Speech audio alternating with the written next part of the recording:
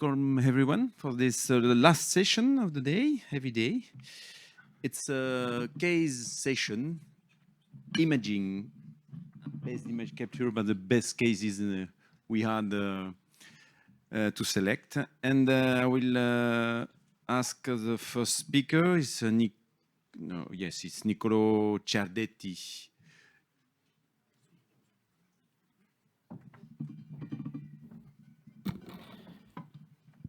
Good evening, everyone. I'm Niccolò Ciardetti. I work in Careggi University Hospital of Florence.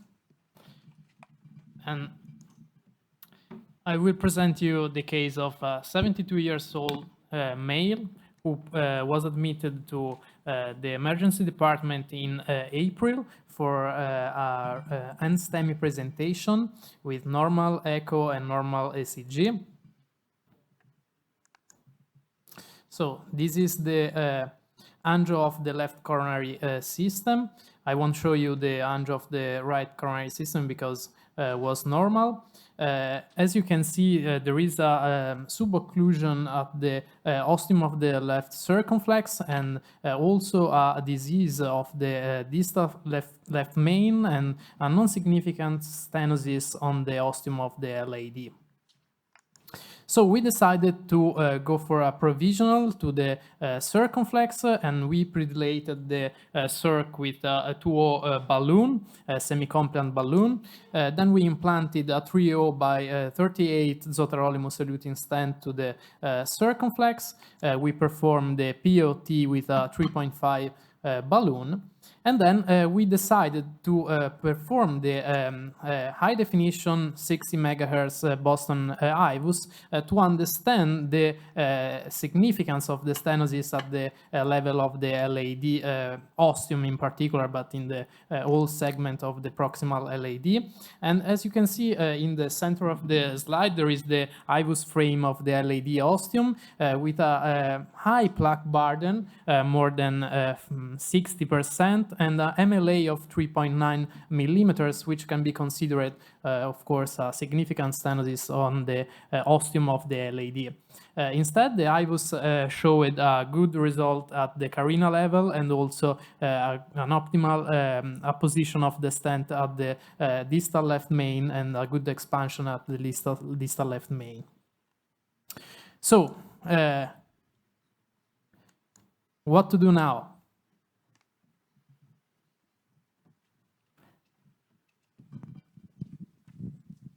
So your original intention was to consider your circumflex as the main vessel? Exactly, yeah. And now and had you always had the intention that you might join it up with a second stent dependent on your imaging, or were you hoping to just get away with the single stent? Yeah, and I think now the discussion is about to stent the LAD or only to try with a POBA or kissing. So I guess the question to the panel is, does that plaque burden tell you now that we need to do something to the LAD? Yeah, excuse me. Could we see again the images about the IVUS, because a little bit. So the second images is the ostium, yeah. The ostium of the LAD, and the lumen area is 3.88. Yeah. 3.88. Well, this is absolutely critical. I mean, yeah. I don't know how it was before, but this is below the numbers. So probably you put a stent left main circumflex artery. So at this point, maybe to do some kissing, something like that, and to see after that how it is. If you can show the first angiogram, the first slide.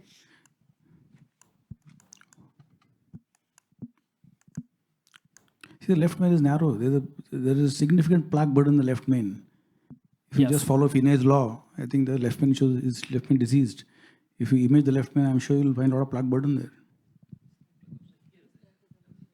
The other question is why image after you've done half of the procedure? Why not image at the beginning? Yeah, because the patient was during the procedure not so stable, not for hemodynamic problem, but it's like not so stable. So we decided to put the stent, and then we decided to see with the IVUS. And your angiogram also showed there is a significant, I would say significant, but there is a plaque burden at the ostium of the LAD. It's very clear on the angiogram. Yeah, it's so clear. I would, Actually, this is a case that can go either way. If you can do a FFR after doing a crossover stenting, and the FFR will be most likely negative in this LAD. However, you can also think that the plaque burden is high. It's a non-calcified vessel. Lumen area is 3.8. The vessel is 3.5. It's a very straightforward culotte or tap, and then you'll get a very nice stent area. And the stent is unlikely to fail in non-calcified vessel like this. So it can go either way. I think I will only do imaging to decide whether you need to put a stent or not if I want to put a stent. Otherwise, I'll do FFR and leave it. So you can justify it anyway. Personally, I will do something else. You too? Yeah, the same? I don't know. Yes. I think yes. So, okay, show us. Yeah. So, of course, we decided to do something, but we decided first to try with a drug coating balloon to the LAD, and in particular a 3.0 by 10 millimeters paclitaxel eluting balloon. And then we inflated at 8 atmospheres for 90 seconds, and then we perform a kissing with the same drug coated balloon to the LAD and with a 2.75 millimeters balloon to the... If I can ask, did you pre-dilate before using No. the drug-coated balloon? Wow. And this is the Non-compliant balloon, IVUS. high pressure. This is the Wanna do IVUS that. after the drug-coated balloon to the LAD. As you can see, there is a high plaque burden after the drug-coated balloon, but an optimal lumen gain and an increase of the MLA from the 3.88 to 5.12 millimeters that now can be considered a good result. And also a good result at the carina level and also at the distal left main with a round shape of the stent. But I think that the most interesting point of this case is the comparison between the IVUS pre-DCB and IVUS post-DCB on the LAD, because the IVUS showed a luminal gain, but in particular clearly showed the deposition of the paclitaxel crystals on the intima of the LAD, which can be seen as a circular hyperechoic layer on the entire segment of the LAD treated with DCB. As you can see, the comparison is very interesting because in the pre-PCI there is no layer, no hyperechoic layer. In the post-PCI there is this high hyperechoic layer. And this is the final angio for the patient. So, in conclusion, drug coating balloon use is expanding due to the concept of nothing left behind and the good long-term results demonstrated so far. The high-definition IVUS can be used to demonstrate the intimal deposition of paclitaxel crystals, and this is the first reported case so far of direct visualization of the coating of the drug coating balloon with the high-definition IVUS on the left main bifurcation intima. Further IVUS study will reveal how long this pattern persists and whether its visualization is associated with better drug response and also a lower risk of restenosis over time. Thank you.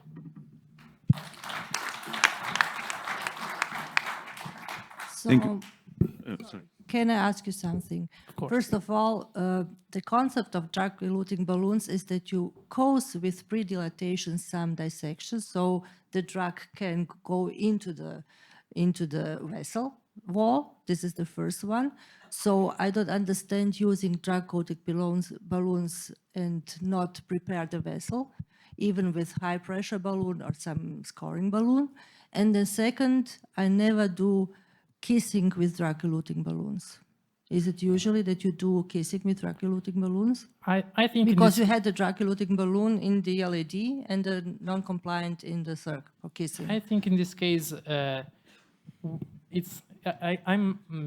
I agree for not to perform the kissing with a drug-coated balloon in a case where there is no stent in the proximal segment of the main vessel, because in a case like this, there is the stent on the left main. So our purpose was only to deliver the paclitaxel on the LAD ostium and the proximal part of the LAD, and not on the distal left main. Yes, So, but you didn't prepare the lesion, and you should prepare because the paclitaxel should go into the vessel.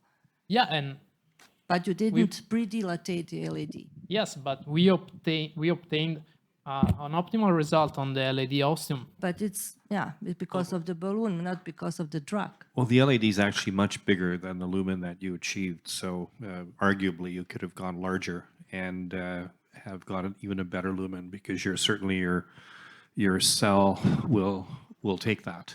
And go ahead. First of all, we have seen the paclitaxel on the wall, so it is on the wall. Yes, it is on the wall. We have seen the crystals on the wall. That's the first. The second point is that the lesion in LAD is short. And we know since a long time the phenomenon was described by Bernard Chevalier, when in DES, you have some elution from strut to distal bed. It's not 1 centimeter, it's 1.5 to 3 millimeters. That's the second point. And the third point is that when you do a kissing with 1 dB, it was explained this afternoon, so I understand very well what was said. Yeah. But here, when doing your kissing, was not to treat the left main, was to treat the LAD Exactly. with a DCB, you know? Exactly. So before the DCB, Francesca and probably Helen can tell what we have done in Massy. I was doing that very frequently. This is what we call an inverted provisional. So you stand from the left main to the long lesion in the circumflex. After that, you do a kiss and you look. And the result was not so bad.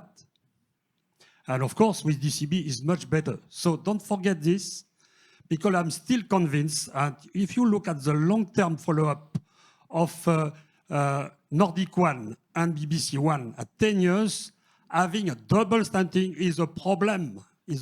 What is not necessary. If you are not convinced, because this is Nordic 1 and BBC 1 is non-left main, you can look at the result of the trial of syntax. The syntax at 10 years on left main group, which was nearly half the population of the trial, there is a difference in mortality at the advantage of the single stenting, again.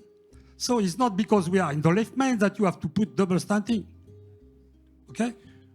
Okay, I think we have to move on. Thank you very much. Thank you. Next, we'll have Dr. Annette Maznyczka with side branch occlusion during LAD diagonal bifurcation PCI, rescued with an out-of-the-ordinary technique. Dr. Maznyczka. Just don't forget at the end we have to vote also.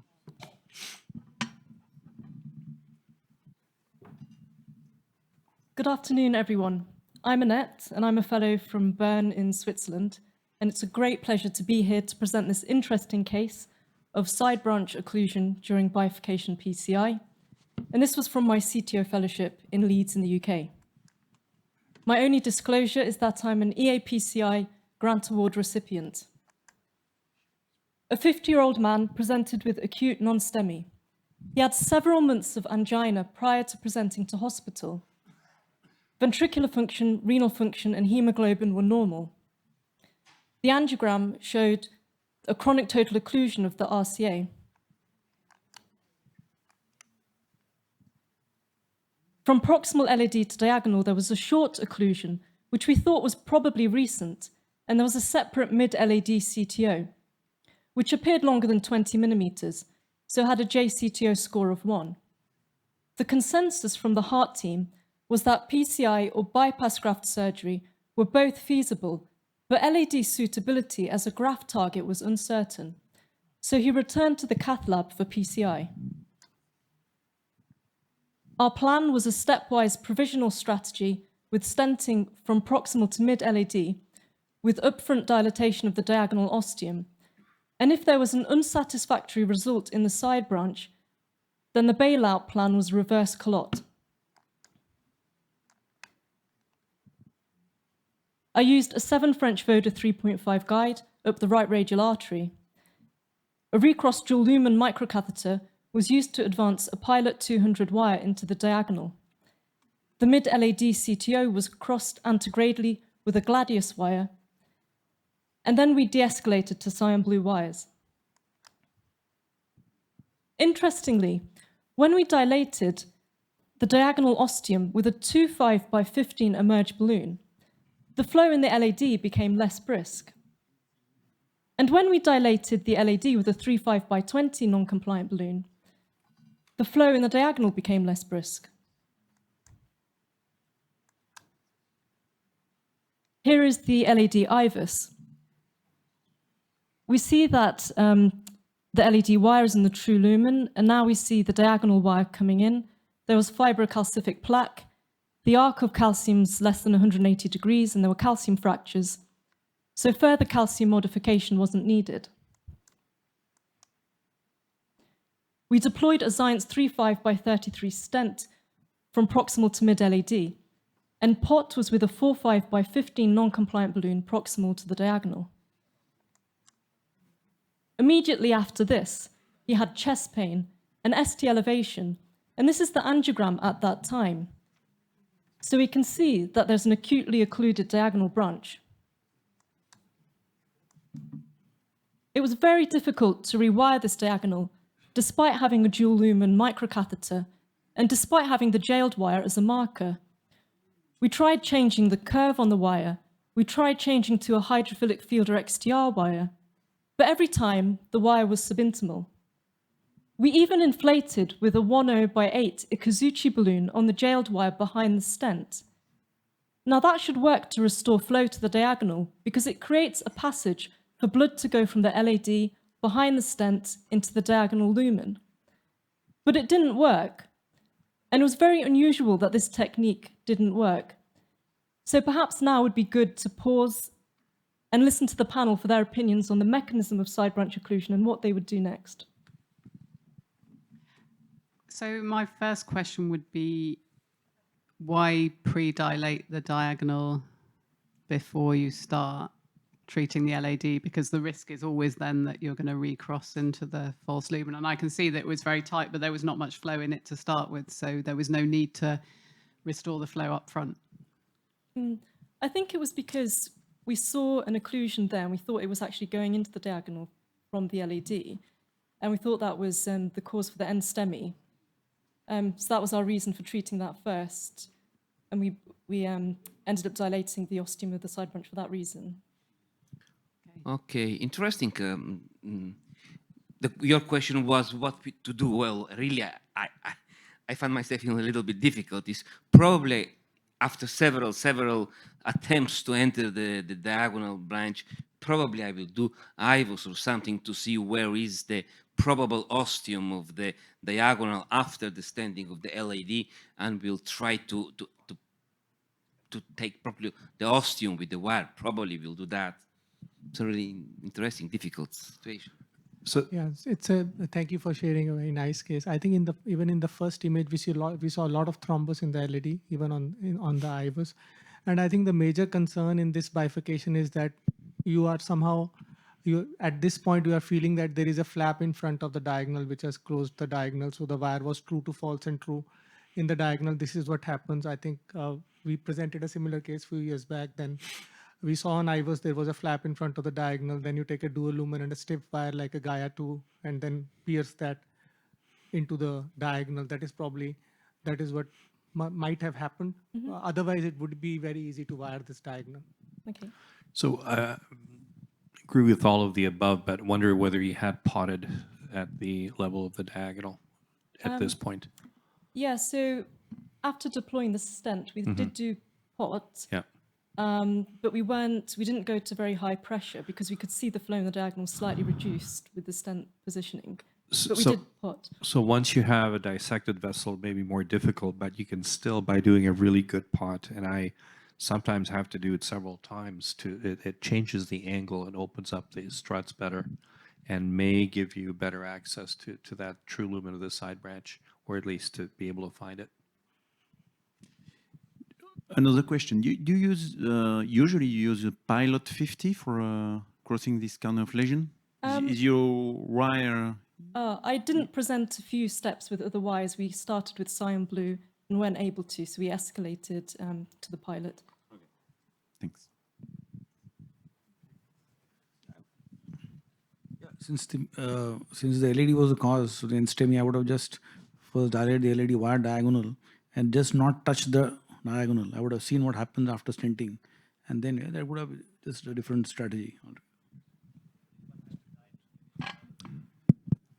I think, sorry, can I?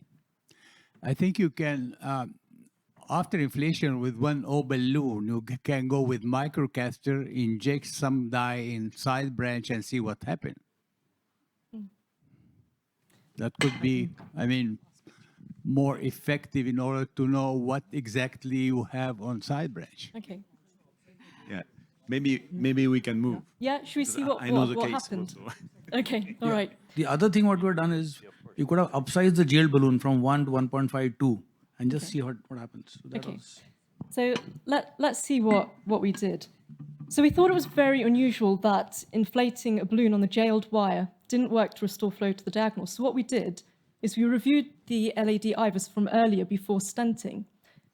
And on the still frame, we can see the IVUS catheter encircled by LAD vessel wall, but we can see the diagonal wire is in a subintimal plane, in a tissue plane at the diagonal ostium. So there was a flap of tissue between the LAD and the diagonal, which was preventing wiring directly into the true lumen. And this also explains why inflating this small balloon on the jailed wire didn't work to restore flow.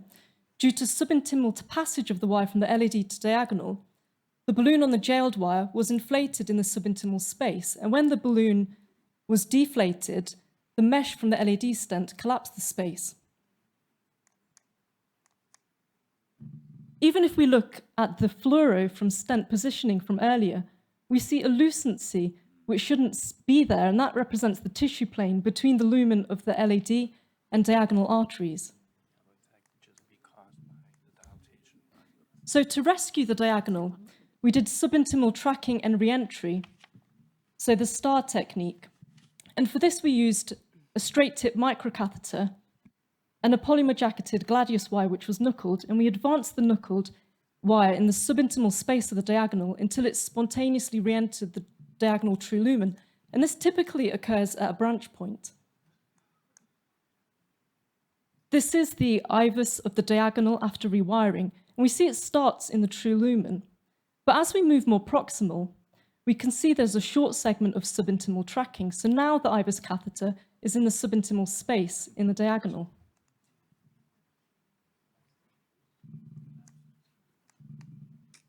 We restored flow to the diagonal with a 2.0 by 20 emerge balloon.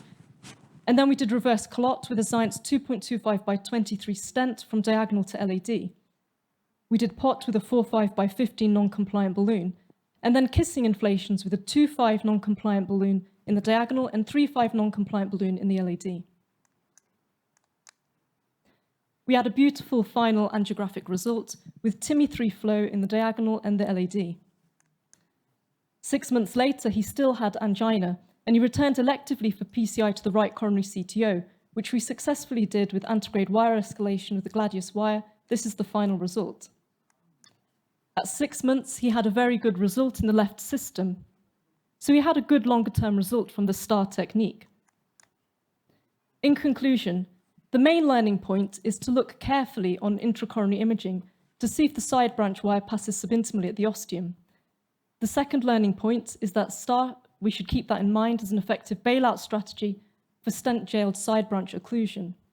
And finally, inflating a small balloon on a jailed wire is usually an effective bailout strategy to restore side branch flow, except when there is subintimal passage of the jailed wire when entering the side branch. I'll finish by thanking Abdul Mozid. He was my supervisor in Leeds. Thank you.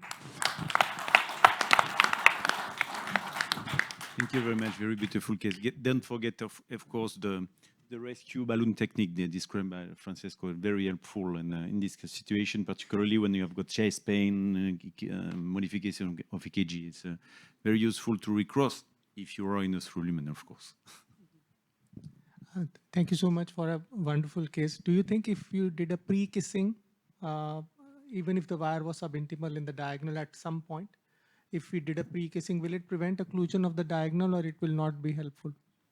Do you mean kissing before we stent Putting it? the LED stent, suppose. Yeah, I don't think so, because I think once the LED stent was there, it acted like a barrier, like a mesh that even if you dilated behind the stent to make a space, it would just collapse it.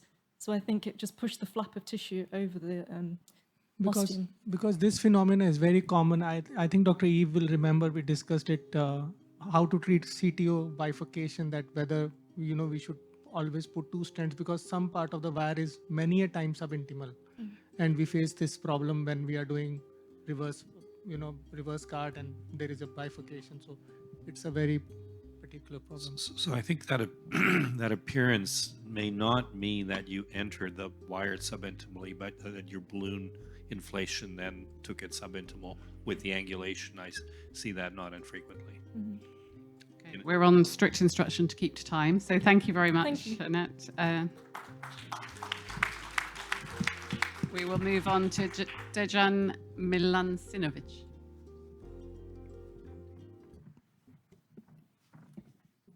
So, dear Chairman, dear EBC organizers, I'm very grateful for being here and given a chance to present. So my case today is about 2 arguments. One is that ostial LAD and circumflex are territories which I think are a bit uncharted in terms of data. So we have neither randomized evidence, but we also do not have large observational trials. So learning from cases, I think, is indispensable, and providing guidance or getting guidance from EBC, I think, is very important. And the second argument will be that these cases are probably much better done with the intracoronary imaging than without it, at least to understand the mechanisms of potential problems and pitfalls that we can face. That being said, I would like to introduce you a case of a patient who was 54 years old, and this was in February 2022, where he presented with an ACS stir lab. This was a proximal circumflex subocclusion, as you will see shortly, and he was treated with a stent. Afterwards, a year afterwards, he presented with an episode of a chest pain, and non-invasive testing showed inducible ischemia in the anterior wall territory. There was no LAD lesions described that would suggest that something was wrong in the initial angio. So this was suspectable, and we then performed in April 2023, following this positive stress echo follow-up angio. And this is how the case began, and you will then see and of course have time to discuss. So this was the initial angiography with a subtotal occlusion of circumflex, an ACS patient, a young ACS patient, and what we thought at that time was a nice final result on angiography. There was a question about the need for intracoronary imaging in ACS patients. Of course, given the multitude of these patients, it's at the moment not possible to perform intracoronary imaging in all, and we were satisfied with the result here. This is the angio 1 year later. Now the question is, of course, what happened? There's a big question mark, and we thought that if we leave it by angiography, the question mark will remain a question mark. So, yeah, please tell us. Please tell us. I think this is the place to stop, and then I'll give the case resolution.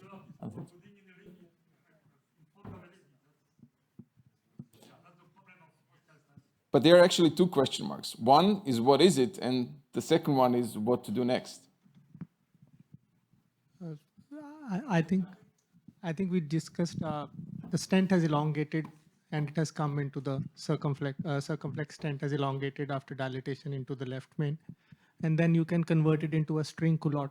You can just put a wire into the circumflex, put a dual lumen catheter from the first strut of the circumflex, which is protruding into the left main, put a wire in the LAD and convert it into a string culotte, which will be perfect for this, I think. But Now, I don't know what you the think. question is, do you think it is whether it is relevant to know what is the stent in the circumflex if we are going to pursue that strategy, given the actually big discrepancy in diameters that you can guess on angio and might quantify on imaging?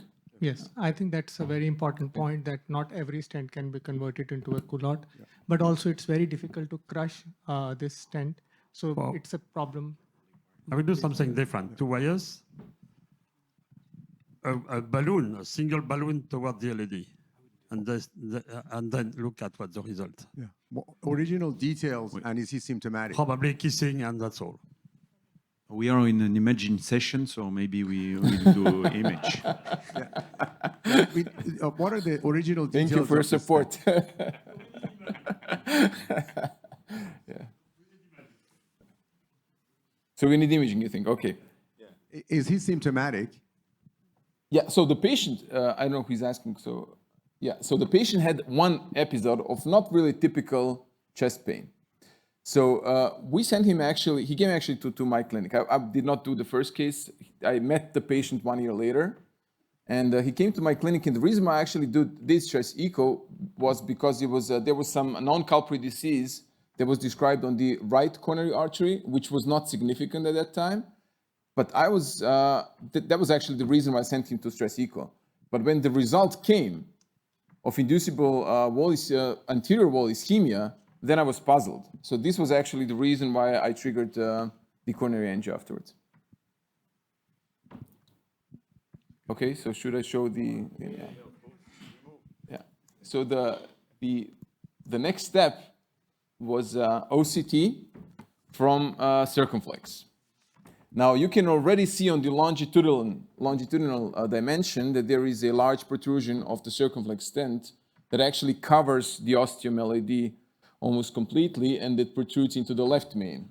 You see in yellow, enlarged, the part that shows that there is a tissue now covering the LAD that actually is an overgrowth tissue over the LAD ostium. And then you, of course, see the malapposition of the stent in the left main in blue highlighted. Now the next question is, what should we do next? This is the resolution of the first question mark.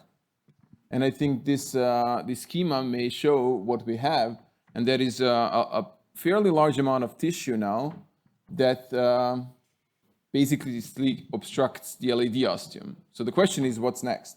So I guess there's two options. Shall we vote? Do you go Yes, through I would like to Do know you that, go yeah. through it, or do you crush it? Yeah, that's exactly the dilemma. So Hands up for crush. So the problem is there's tissue over. Yeah, yeah, that actually is what I wanted to hear. Yeah, because you said whichever way the wire goes. Yes. And I think that's an important point. Yes. You can wire this proximal strut, the first strut. So that's the two options we've heard here: is a bit of a culotte or a crush. May I go a step back and say, okay, on that imaging that we showed, if you want to be systematic, it was important to know first what happened. So what is the mechanism of what we see? But the same imaging run, we use also to see the diameters. And we know that the stent is 3.0. And what we could see is that the left main was 5.5. So now my strategy of culotte becomes, I think, a little bit less attractive than the crush, for example. Then, if we think systematically, the next step will be, how can I perform either? And there we come, I think, to your very important point. Once we place the wire into the LAD, we will need to know where that wire is. Now, angiography is probably not going to be sufficient. May I perhaps proceed? So I will show you that. So this is exactly what we did. So I was thinking, okay, based on the first imaging run, what I know is that culotte may be problematic with a 3.0 stent, and it was Orsira actually, and a 5.5 millimeter left main diameter. So I crossed the wire, And now I have a question mark for myself, a second one, because I really want to know where the wire is. So my next step after placing the wire was to repeat the imaging. And you will see now where the wire was. It's outside of the stent.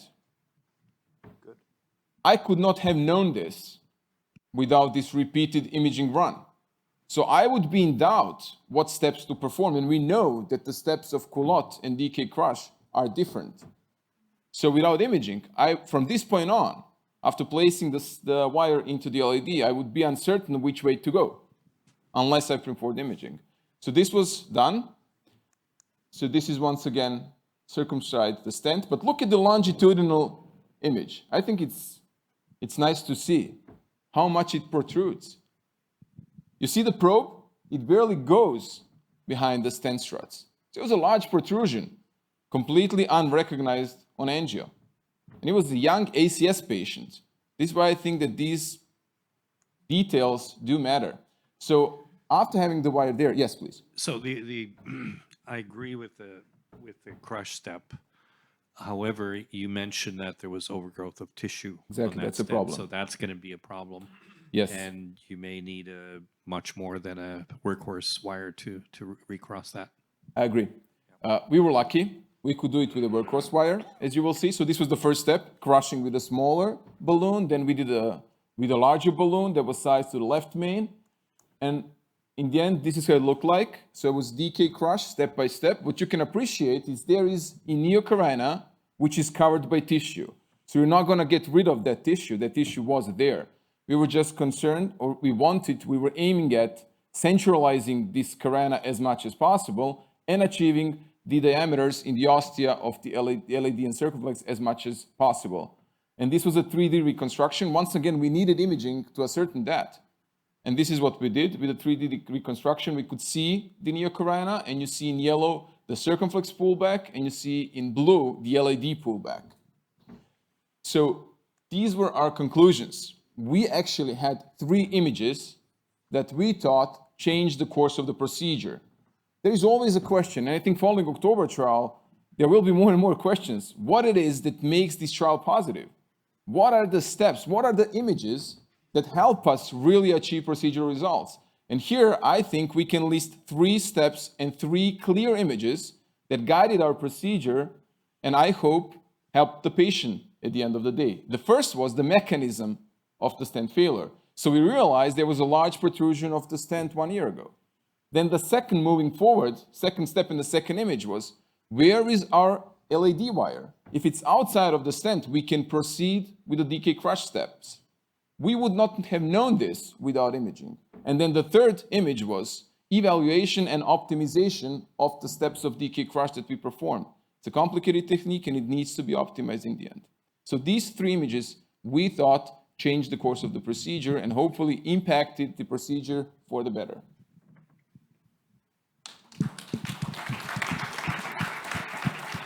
Thank you very much for the great case. One question? What do you think about inflating with a bigger balloon the protruding part of the stent and then proceed for stenting? I mean, Yeah, you have the portion of the stent protruding in left main still under expanded relatively to the left main. So if you will dilate this part of the stent with bigger balloon, then you have more chance to cross the stent with the wire. You mean kind of a pot almost in the left main part of that stent? I mean, I agree that would have been possible. And just a short, so we published this in neurointervention, and there was another case which we published 2 years ago also, which we solved like that with culotte. We really think that ostial LAD and ostial circumflex do present problems, and we really see that in our everyday practice. We see really that stents do protrude, and then we solve it in other ways. So I think culotte is also an option. It's a good solution also with DK crush anyway, but just to underline that it could be done also differently. Yes, we have done it differently in past as well, so we really did culotte as a solution. But we thought in this case that the discrepancy was too large. this is why we thought that the crash was better. Yeah. I guess that this is really nicely done, but what is the main lesson of this case? What's the main lesson for me? The first lesson is ostial circumflex and ostial LAD lesions should be guided by some sort of consensus, because I think there should be a clear message behind not nailing it. And then secondly, intracoronary imaging should be taken into account for guiding these procedures. It's lesion dependent though, right? I mean, Yeah. if you have a lesion right to ostium, there's absolutely no way that you're going to land it and be right most of the time. So probably the best thing to do is to actually cross over. Last question here. I do think we need a table of maximum cell size for all the different stents and positions within the stents. So for instance, Synergy's got more connectors on the two end runs, because we've seen quite a few cases now where we've re-entered through the side of the stent, sometimes in the left main, and we really need to know, and we need to have a nice table to show how big we can open that. I mean, the Megatron stent, for instance, got loads of connectors, and I really don't know how big you can open up some of those sides. If you were to protrude, you know, with a circumflex Megatron and then try and go through with a clot, then you may only be able to open it a small amount. I think we really need that for all the stents. Thank you. Thank you very much. We have to move with the next speaker. Thank you. Great case. Yoshi, Dr. Murzato, please. Oh, it's okay? Okay. Sorry. Not so fast. Thank you, Chairperson. It is a great honor to be selected as a presenter in this session. My topic is a coronary intervention for severe in-stent restenosis in left main bifurcation. This right? Back.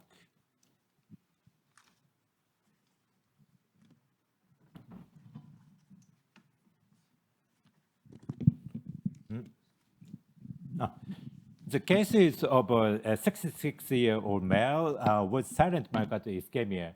He underwent the previous PCI 5 years before, the long stenting in RCA for the old myocardial infarction, and LM2 LED crossover stenting using the 2.75 by 28 millimeter stent was performed.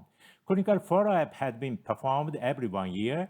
Although severe chest pain had not been complained, treatment ECG has been changed to positive. His risk factors were hypertension, dyslipidemia, past smoker, and 1 year before, he underwent the operation for small intestine carcinoma. This is the angiography. Here you can see the severe left main 111 restenotic region. Unfortunately, we can perform both imaging of OCT and IVUS. Here you can see eccentric at heterogeneous ISS tissue with thick fibrous intima and the stent under expansion in distal left main. Stent malapposition in proximal edge was also found. This is the static images comparing the large left main proximal reference. Stent under expansion is apparent, and the proximal edge of the stent has malapposed the proximal side of the left main. And please click the screen. In terms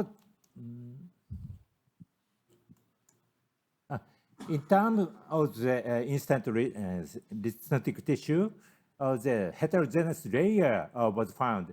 Low intestinal tissue is in the deep side, and the thick high intestinal tissue covered with the low intestinal tissue. And the layered pattern was found in the IVUS. So we diagnosed this in-stent restenotic tissue as an organized thrombus plus thick fibrous intimal coverage. This is a list of the left main re-intervention. The rate of the re-intervention varied from the 4% to 90%, mainly treated by PCI. However, the clinical result of DPCI is worse. MACE rate ranged from the 13 to 47%. Especially complex stenting has a worse clinical outcome, about 47% of the MACE.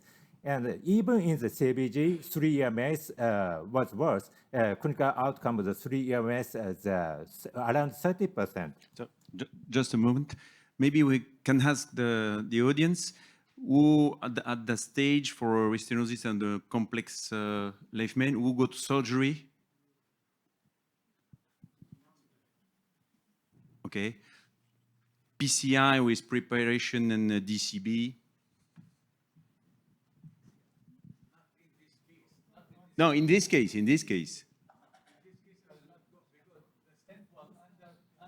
Yeah, yeah. So I think this is a mechanical cause for in-stent restenosis can be corrected. Okay. Other? I guess is the stent big enough? I mean, that we don't know that, right? That it can actually grow into the left main. Okay, thank you. Okay. This is a representative study of the re-intervention of either left main. They investigate the region location. There is no significant difference. Distal offshore body location and stenting technique, single kilo T stenting, there is no significant difference. And in the treatment, POVA, stenting, CBG, there were no significant difference. 5-year mortality, each treatment reached to the 5-year mortality around 30%. So how should we treat the severe left main ISR region? Left main PCI is not so rare, range to 4 to 90%. Worst clinical outcomes reported, 3-year MACE 20 to 35%. No difference among the PCI, CBG, and medication. Especially DPCI, simple procedure with DCB better than complex procedure such as two-stenting or additional stenting. And the shorter DAPT period favorable for the patient with a history of cancer.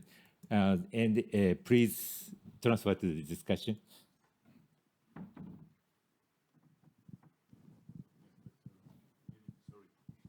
Okay.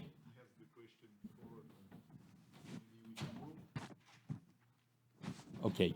I don't think if you go for stenting that you can use shorter dual antiplatelet therapy in this patient, because you have a stent which is too small for the left main, so you have to correct it, and it will be difficult. And I don't think he can get shorter dual antiplatelet therapy after that. So I think that to reopen the stent, we may use laser. We have done that several times in my place, or even in the older times, we were using rotablation to remove the metal.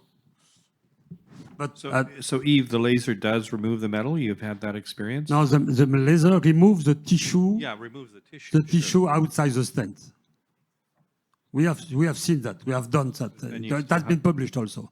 You still have to make sure your stent is big enough to grow into the left main, right? Maybe it was a 3mm stent. Because will be difficult to how to say that, to optimize the stent now with probably hard tissue outside. So the result to open the stent will be difficult. But he has another solution, I'm sure.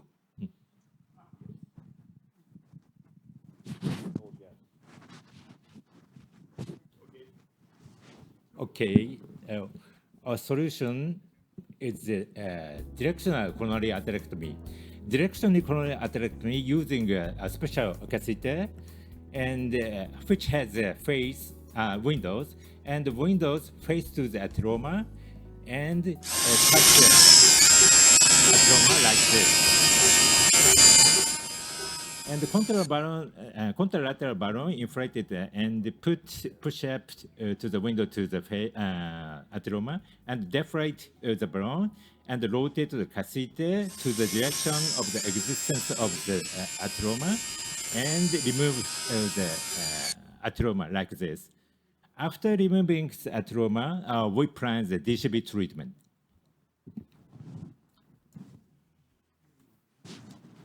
This is the actual images post-DCA.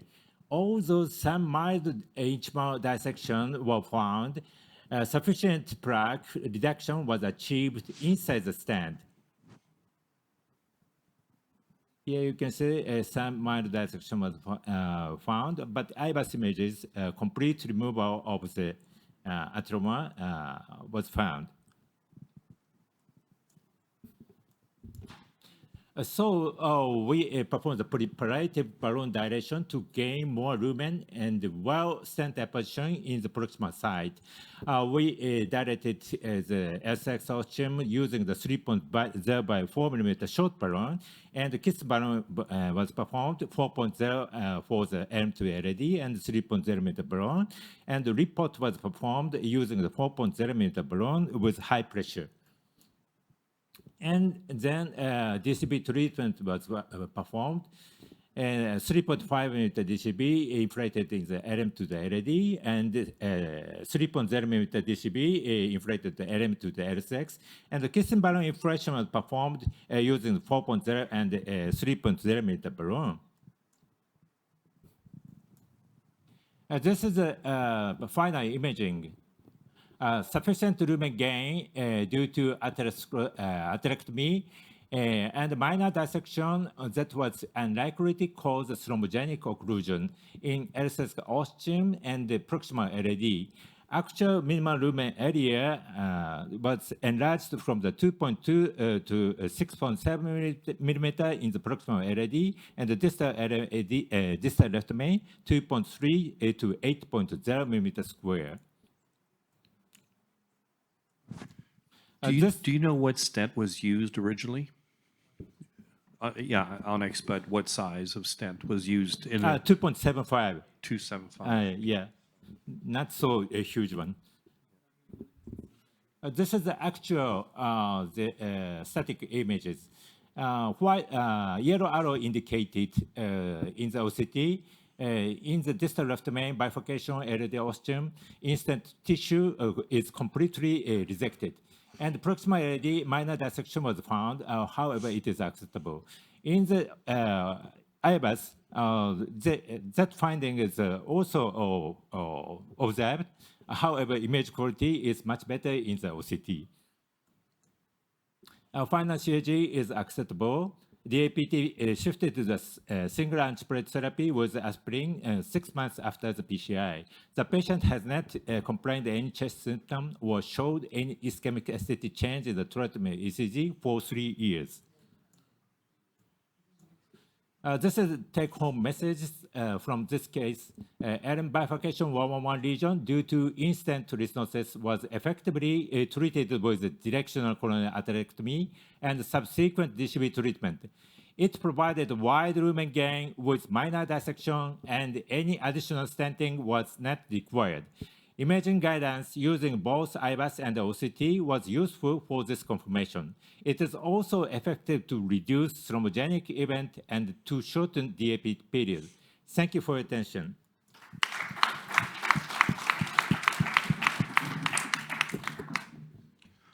Very nice case and very nicely done. So this is a device only available in Japan, or?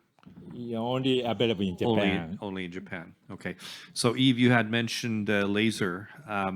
What size would you start with, and how high would you go? I know there's several different. Okay, fine. This is something I forgot. You know, it's part of my process to become older and older. So I forgot. But we were using this also for to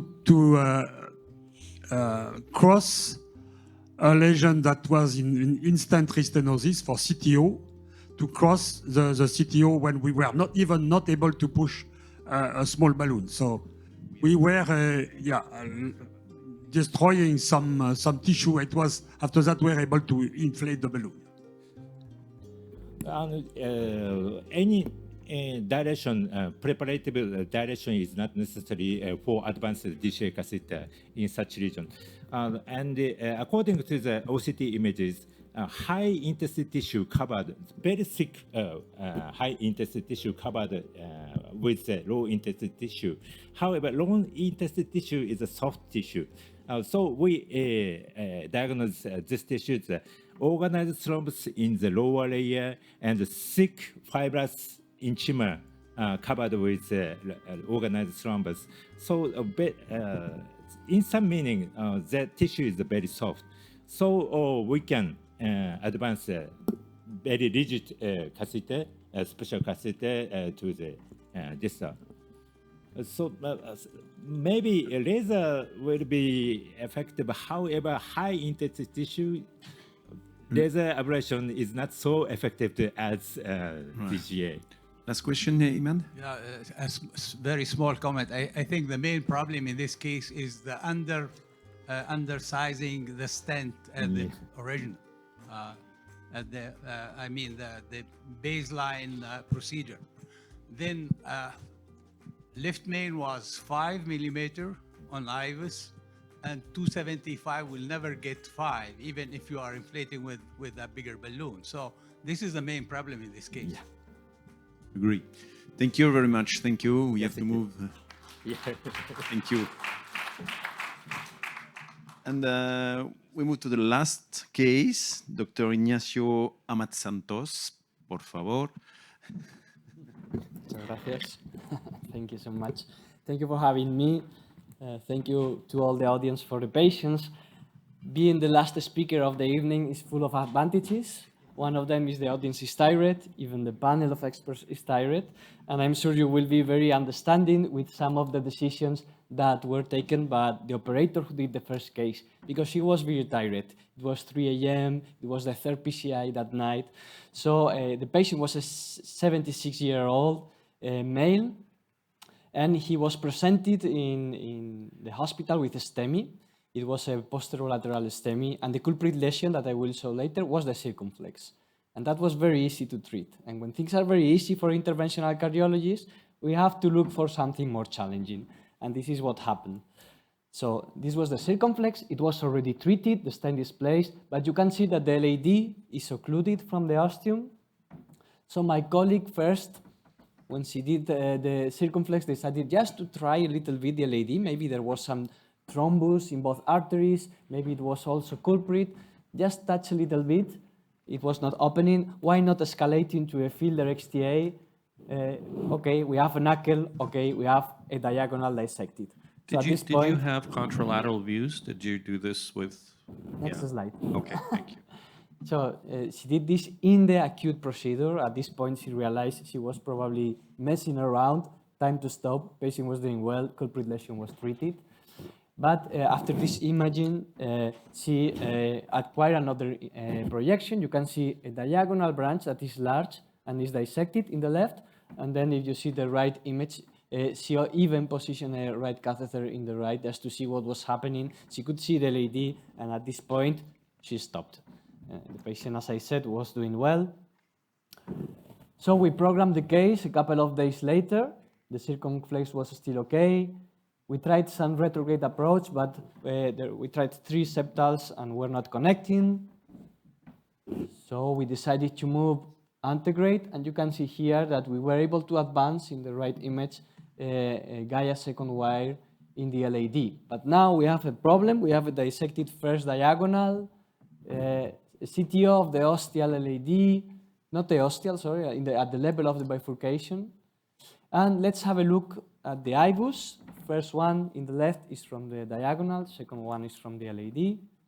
This is from distal diagonal. I will let you have a look.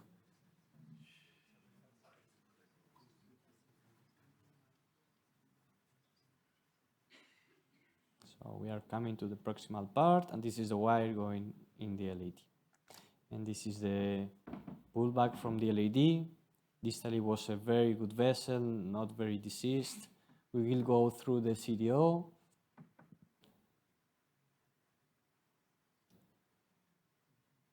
And well, there is not much information here to add, just within the trajectory of the CTO.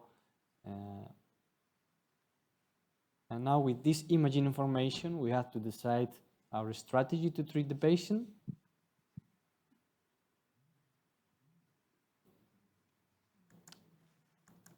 Okay, so please, the panel, what would you do in this patient now?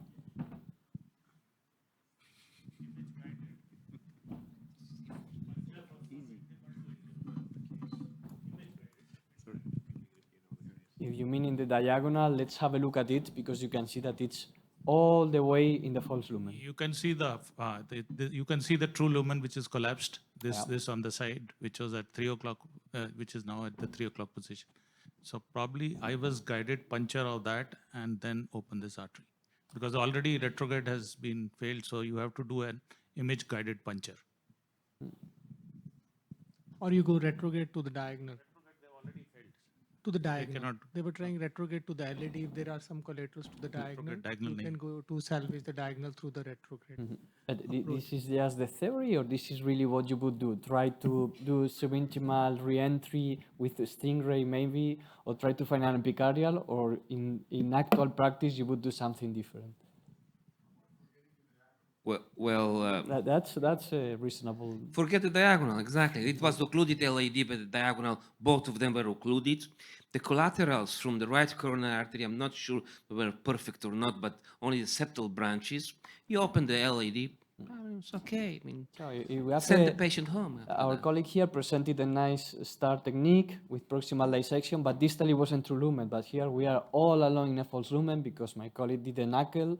I understand she was in the middle of a primary PCI, but now facing this situation with a stable patient, I think. Do we need to do anything now? I mean, why not let that heal and come back for it in a few? I don't know why go back 2 days later, because it wasn't the culprit lesion, was it? Okay. And on the LAD, we also wait for stage procedure? Because it wasn't the culprit. You've treated the culprit. Bring them back in a few weeks when it's healed. One more option will be to aspirate hematoma. You have definitely hematoma. You could aspirate, and then true lumen will be much larger, and then you can go with double lumen micro and try to puncture. Yeah, we already had the Sasuke microcatheter that we use to access antegrade, so maybe we could try to aspirate.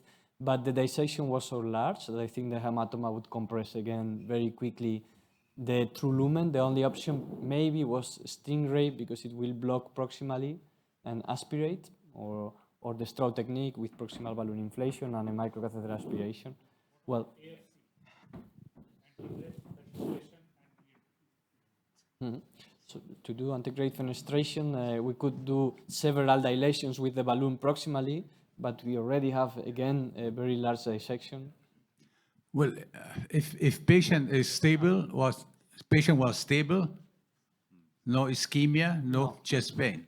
So another option could be that you can leave it and come back within 2-3 weeks after healing of dissection and hematoma. So the patient was stable, but after the primary PCI, there was ischemia test, moderate ischemia in the anterior wall. So not located in the diagonal, but on the... Question?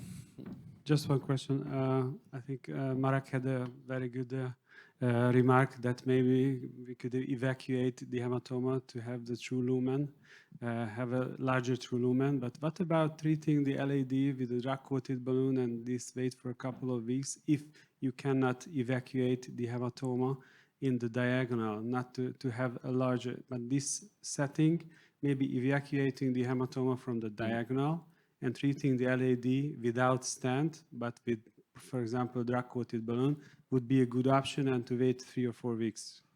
Okay, so we have got 2 options. Who sacrifice the diagonal? Okay. Why? Yeah. Who is doing something? Whatever. Half. But there are a lot of options on the side of doing something. But we will not describe all the options because it's very difficult at this stage, and we have to move. So half and half, I think. Half sacrifice and half is doing something. So we were very classic, and we just put a stent in the lady. Okay. But after that, we decided to perform. So we put an Agami stent to the lady. We recrossed. The wire was still in false lumen. We did kissing balloon, and we decided to do after kissing balloon DCB to the LED. This was the approach we follow. So I have a second question for the panel and the audience. So now we did that. The flow was similar. All the diagonal was dissected. What do you expect to find? What do you expect to do? Would you do follow-up angiography?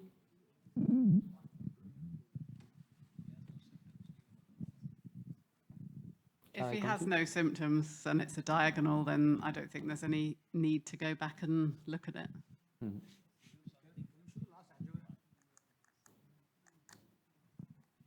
So you can see the LED as a symmetry flow, but the dissection of the diagonal is still there all along on top. Right. Is the distal LED also occluded? No, the LED is patented. We place the stent here. This is the kissing. As you can see, the LED is a long LED. It was a kissing with a DCB on the diagonal. No, first kissing, yeah, and then DCB to the diagonal. And so DCB to the diagonal in the false lumen. In the false lumen. But if we go back to the IVUS, the first 2-3 millimeters of the diagonal maybe were intraplaque because it was occluded. So I cannot make sure distal is clearly in false lumen, but the ostium of the diagonal, I'm not sure. Look at that.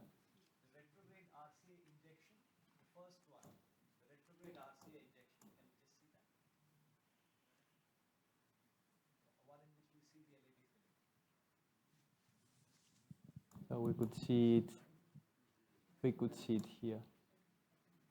You can see the LED there, on the right.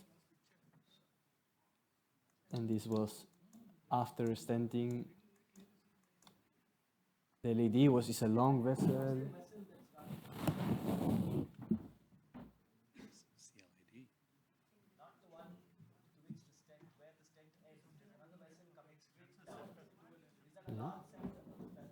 Yeah, it's the septal we try to use. So we were in this question, what we would do, what to expect to find. And we brought back the patient 3 months later. We could see still the same angiographic image of a dissection of the diagonal. But if we check the IVUS, distally, it seems like this time the wire is in true lumen. But then when we come a little bit more proximal, it goes again in the false lumen. Probably this was in a branch of the diagonal. And here we can see the true lumen. And we will see an image that, like a fish mouth with some flow in the true lumen. Look here. So I think that the DCB created some connections between false and true lumen and allowed to have a symmetry flow. Look at the flow through the true lumen. And well, I think this conservative approach was adequate for the patient.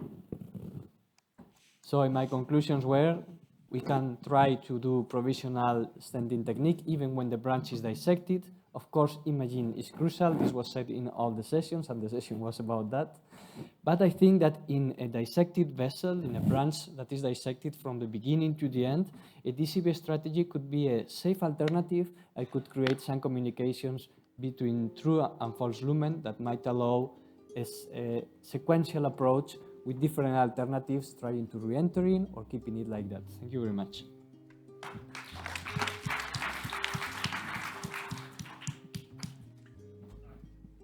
Thank you very much. So now it's the music is on, so we have no question anymore and we have to vote.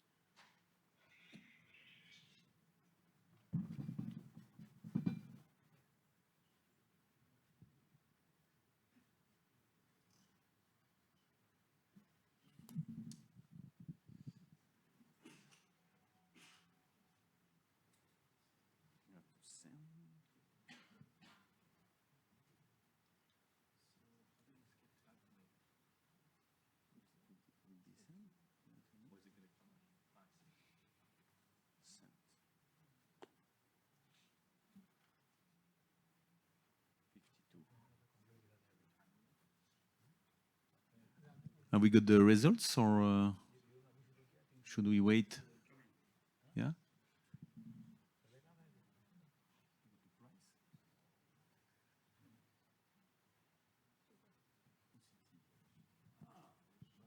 Yes. So it's Dejan Dejan, and Dodo. Dejan. Congratulations. Maybe a woman, yeah.